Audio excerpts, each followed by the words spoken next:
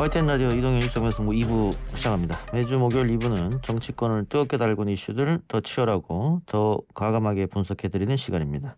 쇼미더 정치 조상호 전 더불어민주당 상근부대변인, 국민의힘 이준석 전 최고 나왔습니다. 어서 오십시오. 네, 안녕하세요. 네, 안녕하세요. 문재인 대통령이 오늘 오전 김진욱 고위 공직자 범죄수사처 초대 처장에게 임명장을 수여했고요. 오후에 현판식이 열리면서 공수처가 공식적으로 출범하게 됐습니다. 공수처 공식 출범을 바라보는 여야 시선이 다를 것 같은데 여권 의견 먼저 들어볼까요? 참 어렵게 결국에는 이제 출범을 마쳤습니다. 그래서 이제 아직은 그 처장만 임명된 상태고 그 내부 인적 구성이 전혀 이루어지지 않았기 때문에 이런 부분에 관해서도 좀 신속하게 좀 진행됐으면 좋겠고요. 특히 그 인사위원회를 구성을 해서 이제 수사처 검사를 임명을 해야 되는데 그 관련해 가지고 뭐 이제 공수처장이죠. 지금은 공수처장이 김진욱 그 공수처장이 인사청문회 과정에서 뭐 야당의 협조를 부탁드린다고 했고 그리고 또 뭐 이렇게 뭐 인사청문 보고서가 원활하게 채택된 거 보면 야당에서도 이제는 이런 부분 좀 협조해주지 않을까 기대하게 됩니다. 예, 이전 최고. 저는 공수처라는 형식보다도 앞으로 운영이 어떻게 될지에 이제 관심이 좀 쏠리는데요. 예. 결국에는 뭐 차도 뭐 경차를 모는 사람도 스무스하게 모는 사람은 굉장히 승차감 좋게 모는 것이고, 진짜 비싼 차 몰아도 운전 습관이 좀 안 좋은 사람 같은 경우에는 진짜 불편하게 운전하거든요. 예. 지금 공수처 같은 경우에도 사실 이제 뭐 제도적으로 여러 다툼이 있었지만은 결국 운영하는 과정이 있어가지고 중립적이고 또 원래 취지에 맞게 운영돼야 된다 이런 생각을 하고 있는데 예.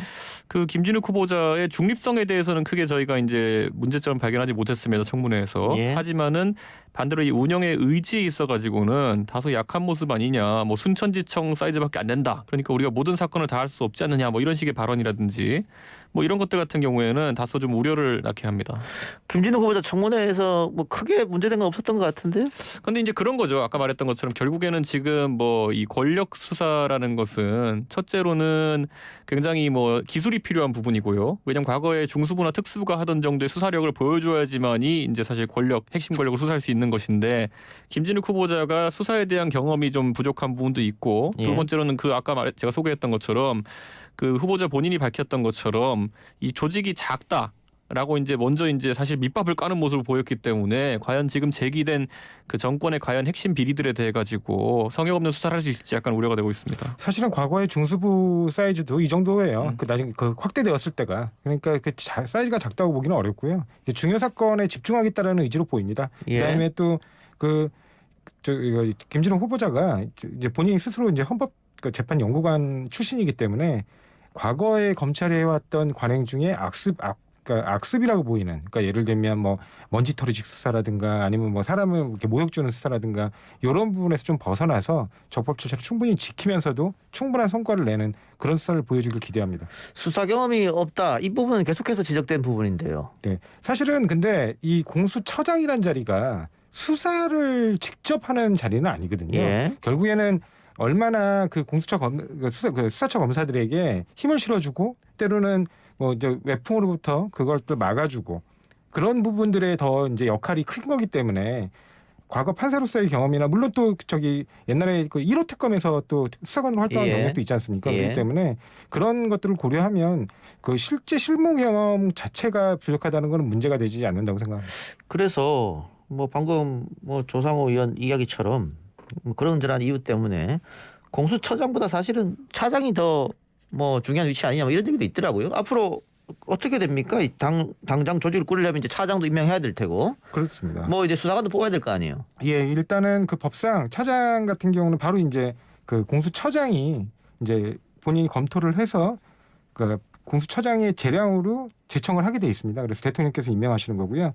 그다음에 이제 수사처 검사의 경우에는 인사위원회를 구성하게 되는데, 인사위원회는 처장, 차장, 그다음에 학식과 덕망이 뛰어난 분 한 분, 그건 이제 추천하는 거죠. 그다음에 또 그 여당 추천위원 2명, 그다음에 야당 추천위원 2명 이렇게 되어 있습니다. 그래서 총 7명이 하게 돼 있고요. 그 중에서 그 제적위원 과반수, 그러니까 4명 이상의 동의로 이런 수사처 검사의 인사와 관련된 중요 사항들을 결정하게 됩니다. 예, 이준석 최고. 예. 이 수사처 검사 이제 뭐 차장도 임명할 테고 검사들의 또 정치적 중립 논란은 앞으로 또 남아 있을 것 같아요. 저는 그리고 이제 사실 이번에 김중희 이제 처장이죠. 처장이 이제 공수처 검사는 검찰에서 파견받지 않겠다 예. 이렇게 얘기했거든요. 예, 저는 그 부분에 대해서는 동의합니다. 왜냐하면 검찰에서 파견되어서 나중에 혹시라도 복직이 가능한 형태로 이제 근무하게 되면은 검찰의 어떤 비리나 이런 거 수사하는 데 있어가지고 최선을 다하기 어려울 수 있거든요. 예, 그렇기 때문에 저는 아까 말한 것처럼 수사 능력은 필요합니다.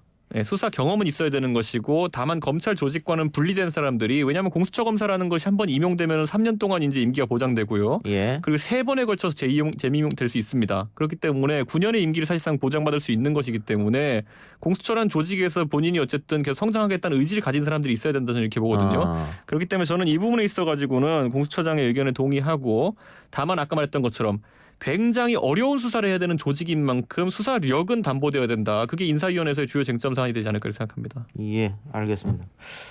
뭐 두 분 예상에 언제쯤 조직이 완성될까요? 뭐 시간이 굉장히 많이 걸린다는 의견도 있던데. 후보자가 이제 청문회에서 2달 정도를 언급했거든요. 네. 근데 사실 2달이라는 것도 이 최소한의 인선이라든지 아니면 조직 체계를 꾸리기 위한 어떤 내규를 정하기 위한 시간일 테고 제가 봤을 때는 국민들이 바라볼 때는 수사가 직접 한번 진행되어 가지고 그 방식을 확인하고 나면은 국민적인 신뢰가 구축될 것으로 보입니다. 그렇기 때문에 저는 이번에 이제 사실 공수처가 출범 시에 2가지의 목적이 있다 이렇게 보는데 하나의 권력기관일 수 있는 검찰을 견제하는 기능과 그리고 권력 핵심부를 견제하는 기능일 텐데 저는 이번에 이제 검찰 관련해서는 특히 그 이성윤 지검장이라든지 이런 분들이 과거 출국 금지 사건 때 있어가지고 했던 여러 가지 안 좋은 일들 이런 것들도 수사의 대상이 된다 보고 있기 때문에 이런 사건들 성역 없이 한다 그러면은 야당을 지지하는 국민들도 그리고 야당들도 믿고 공수처를 바라볼 수 있을 것 같습니다.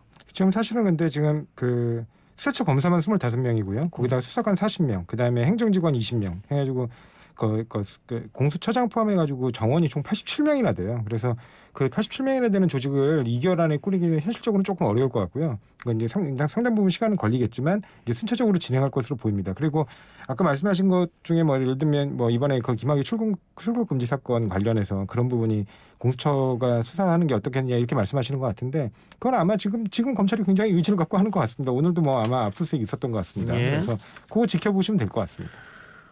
알겠습니다. 뭐 1호 사건이 다들 궁금할 텐데 그거야 뭐 시간 지나면 자동으로 알게 될 것 같고요.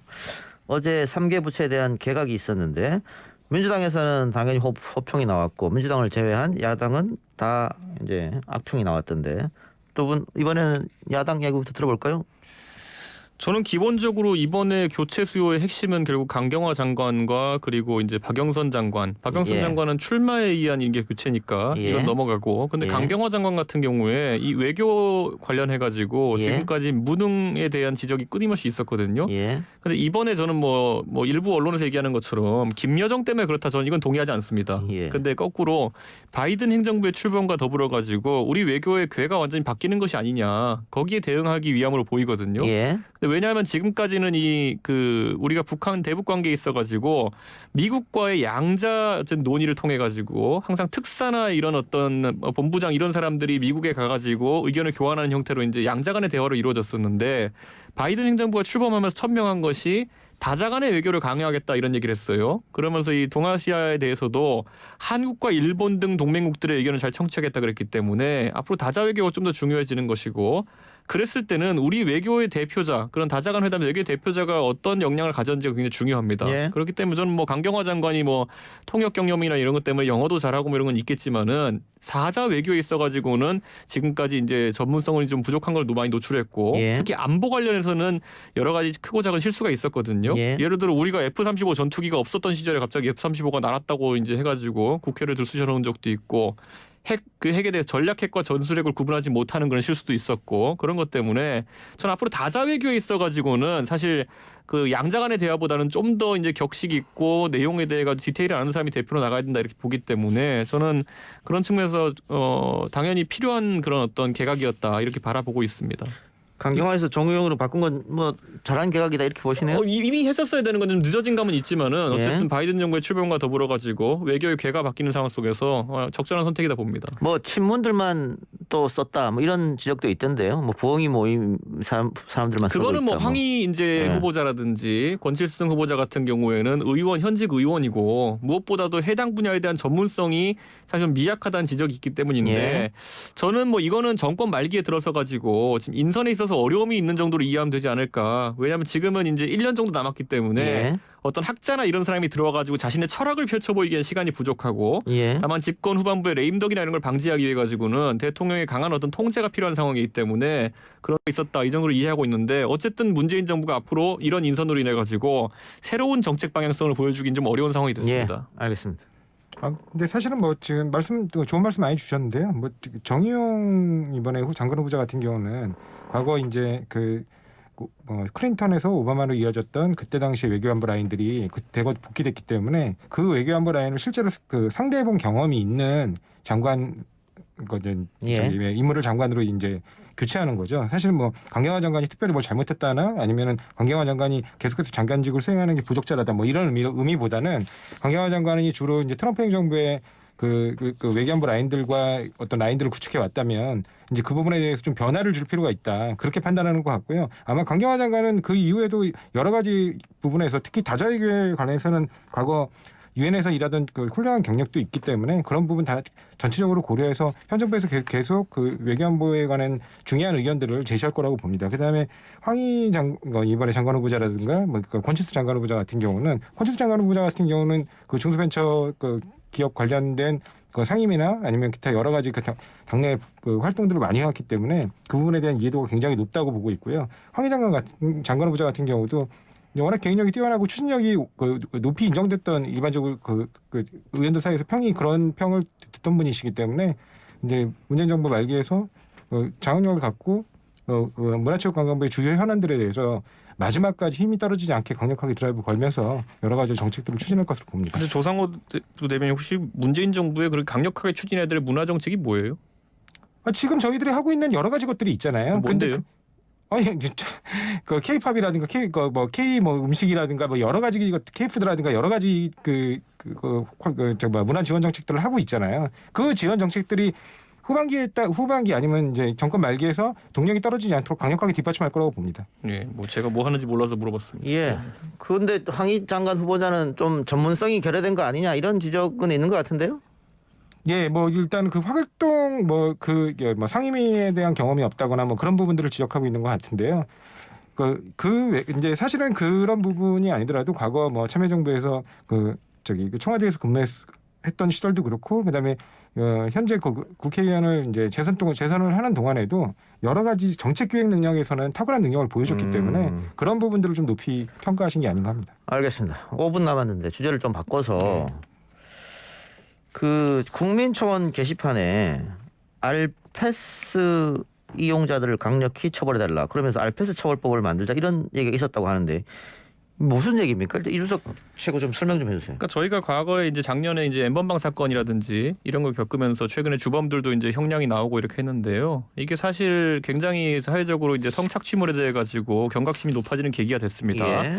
근데 이번에 이제 문제가 된 RPS라는 거는 RPS라고 이제 정확히 얘기하면 되는데 이 RPS 같은 경우에는 실제 인물, 보통은 연예인 아이돌로 대상을 해가지고 그 사람들을 이제 주체로 삼아가지고 이들에 대한 동성 연애물이나 이런 것들을 사실 글의 형태로 이렇게 쓰는 경우 아니면 또 이제 만화의 형태로 이제 쓰는 경우 이런 경우가 있거든요. 예. 근데 이 부분이 사실 그 당사자의 동의가 있을 수가 없는 부분이고요. 예. 지금까지는 연예인들이나 이런 사람들이 어쨌든 자기 팬 중에서 일부 좀 극성스러운 사람들이 그런 것들을 주도한다는 생각 때문에 예. 제지하는 행동을 적절히 하지 못했습니다. 예. 일부 경우에는 아이돌 같은 경우에는 본인이 이런 것에 대해서 이의를 제기하려고 했으나 기획사 등에서 사실 팬덤을 해친다는 이유로 그걸 막았었다는 이야기도 있었거든요. 예. 근데 이게 저는 일반적으로 남성 물론 여성 대상물도 있습니다만 남성 대상물들이 많고 이러다 보니까 사회적으로 이게 환기가 안 됐기 때문에 지금까지는 이게 뭐 처벌이라든지 이런 것들이 가능하다는 것을 국민들이 잘 모르고 있는 것 같아가지고 예. 저랑 하태경 의원이 좀 상태가 심각한 온라인상에 게재되었던 110여 건에 대해 가지고 영등포 경찰서에 수사 의뢰를 하고 왔습니다. 예. 조상우 부대변인 변호사니까 네네. 이렇게 하면은 현재 어떻게 법적으로 처벌 가능합니까? 현재 법상? 예, 이제 구체적인 사실과 관련된 걸 엮어서 그 사실이 진짜 사실인 것처럼 느껴지게끔 굉장히 리얼하게 만약에 전혀 허위 사실들을 열거해서 만약에 팬픽이 작성되었다 아니면 소설이 써져 있다 그러면 이제 명예훼손이 문제될 수 있고요. 예. 일반적으로 또 모욕도 문제될 수 있다고 봅니다. 예. 근데 그것뿐만 아니라 정보통신망법에 보면 그 정보통신망법에서 그 비방이나 뭐 그런 걸 처벌하는 거와 별도로 음란물 그러니까 음란한 부호 등을 게시하는 것 자체를 처벌하는 규정이 있습니다. 그래서 만약에 그 내용 자체가 그 음란성 고도의 음란성을 띠고 있다고 하면 현재 그냥 실제로 그게 뭐 명예훼손에 해당하는지 모욕에 해당하는지와 상관없이 현행 법상 그 정보통신망법 위반으로 처벌하고 있습니다. 그러니까 현재로서 이제 우리가 소위 딥페이크라고 하죠. 예, AI 예. 등을 이용해가지고 본인의 예. 동의 없이 본인이 이제 성관계물에 합성되거나 이런 예. 경우에는 처벌이 가능하게 되어 있습니다. 예. 근데 최근에 저희가 이제 경찰에 수사 의뢰하면서 좀 판단을 받아보려고 하는 것이 음성의 형태라든지 아니면 직접적으로 적시하진 않았으나 누굴 연상시키는 만화 형태라든지 이런 것들에 대해서 아직 판례가 좀 부족합니다. 그렇기 때문에 이런 것들을 한번 확인해보고 부족하다면 저희 당에서 이제 입법까지 추진할 계획입니다. 그 하태경 의원이 준비하는 겁니까?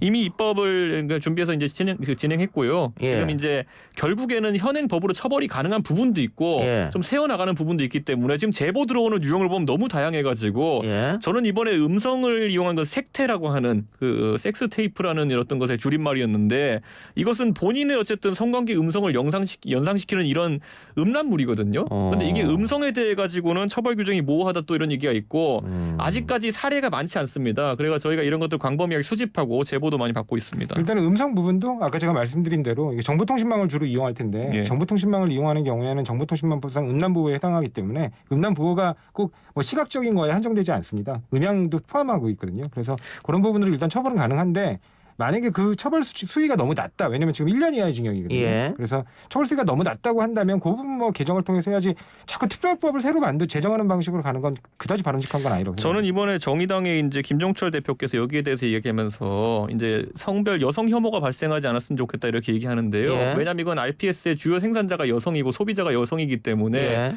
그들을 타겟으로 한 거냐 아니냐고 이제 질문하시는 것 같은데 저는 거기에 반박하자면은 RPS의 소비자와 대상자는 남성도 여성도 될 수 있습니다. 그 성중립적인 문제이기 때문에 정의당도 그런 관점이 아니라 이게 지금까지 이제 문제됐었던 원치 않는 동의하지 않는 형태의 음란물 유포에 대한 것으로 받아들였으면 좋겠습니다. 정의당에서 만약에 그런 관점으로 바라보고 있다면 저도 그거는 좀 문제가 있다고 보는 게 말씀하신 대로 RPS는 그 대상이 꼭 그 남성만 있는 게 아니고요. 여성을 대상으로 하는 것들이 처음에는 여성 아이돌을 상대로 한 것들이 많이 나오다가 요즘에 이제 남성 아이돌 중심으로 좀 트렌드가 바뀐 것 같긴 한데 이거는 아까 말씀하신 것처럼 성별의 문제가 아니라 모두가 피해자가 될 수 있고 또 모두가 가해자가 될 수 있기 때문에 그런 부분에 관해서는 그거를 그런 이분법적 방식으로 접근하는 거는 그다지 바람직하다고 생각하지는 않습니다. 그 아까 말씀하신 뭐 딥페이크 이런 문제는 제가 오래전부터 들었는데 네. 이건 사실 처음 듣거든요. 네. 그럼 아까 이준석 최고 말대로 이게 대상이 남성이다 보니까는 안 알려진 게 좀 컸던 모양이죠? 그리고 아까 말했던 것처럼 팬덤과 결합된 형태이기 때문에 사실 저희가 이제 팬덤 하면은 보통 그게 진화된 형태가 스토커 이 정도로 생각하잖아요. 예. 근데 스토킹에 대해서는 저희가 굉장히 지금 광범위하게 처벌을 하고 있는데 예. 이것을 이제 사실 사이버 세계상에서 동의 예. 없이 재창작물을 이제 유포하는 행위는 아직까지 경각심이 좀 덜한 것 같습니다. 알겠습니다. 두 말씀 오늘 여기까지 듣겠습니다. 수고하셨습니다. 감사합니다. 감사합니다.